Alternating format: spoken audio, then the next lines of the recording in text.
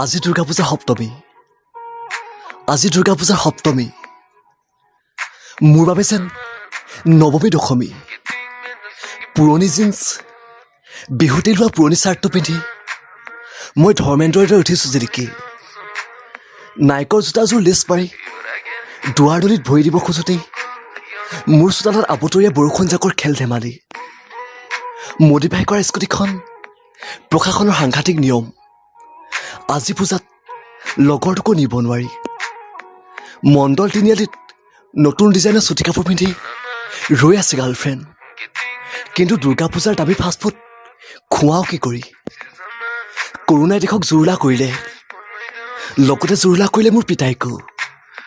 সিয়ে পঠিয়াই দিছে পুতেকক 600 টকা হাতত দি পূজা চাবলৈ। কথা হ'ল, এই 600 টকাৰে কষ্ট কৰি পঠোৱা মৰমীক উপহাৰ দিওঁ কি কৰি?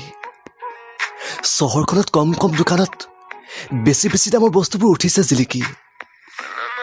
জান, জেলেপীকে খাওঁ ব'লা। পূজাৰ জেলেপী খাব লাগে। মোৰ জিন্সত পইচা নাই, ধনী বাপেকৰ এইজনীক বুজাওঁ কি কৰি? আজি দুৰ্গা পূজাৰ সপ্তমী। আজি দুৰ্গা পূজাৰ সপ্তমী। মোৰ বাবে যেন নৱমী দশমী।